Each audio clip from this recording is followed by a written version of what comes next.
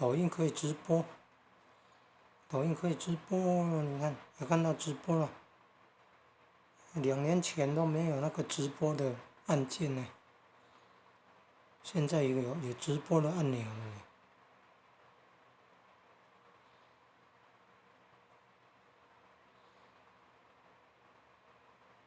加入2年才有吗？你看粉丝1822，关注6000多个，我大概花了2年的时间才有直播的那种功能呢。原来是从这个从加这边按下去的，你看加，有看到直播吗？2年前都没有看到直播这2个字呢，今天打开来看才看到直播2个字，你不晓得多久可以直播了。你看画面上第2个违反社群自律公约，哪有？那个是误判啦，那个内容是教人家修理电脑，电脑久了没有办法开机，然后我从网络看影片学到了，要教给大家，结果用那个字幕有用到主机版啊，然后详细内容看留言板啊，可能是跟那个机版很敏感啊，就显示说叫做什么非法活动啊，和违禁品啊，那是电脑主机版啊，要怎么自己修理好电脑呢？让它能够启动呢？第一个看电源供应器，他说要找到红线跟绿色的，不对，一般都红黑，红正黑负啊，怎么是红跟绿色的呢？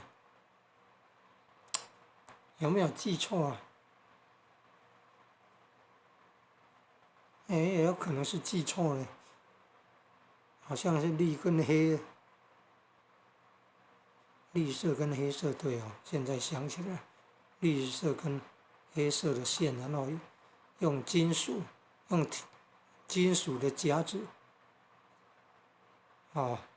让那2个孔形成短接啊，用金属夹子来让这2个孔连接起来，叫做短接。那如果电源供应器的风扇转动，那就电源供应器没有坏掉。再来就是这个开机键、开机按键那个有一条线接到主机板，然后主机板应该有的会有 POWER 那个字，但是有的主机板没有写那个 POWER 那个英文字。要找到黑白的线也可以，找到那条连接开机键的那个电线比较粗的，里面好几条电线，然后黑跟白的，黑跟白色的这2条电线让它短接，可能有方法了，这可能是比较难的。那如何让它短接？可能用金属的夹子去夹那个孔，不太清楚。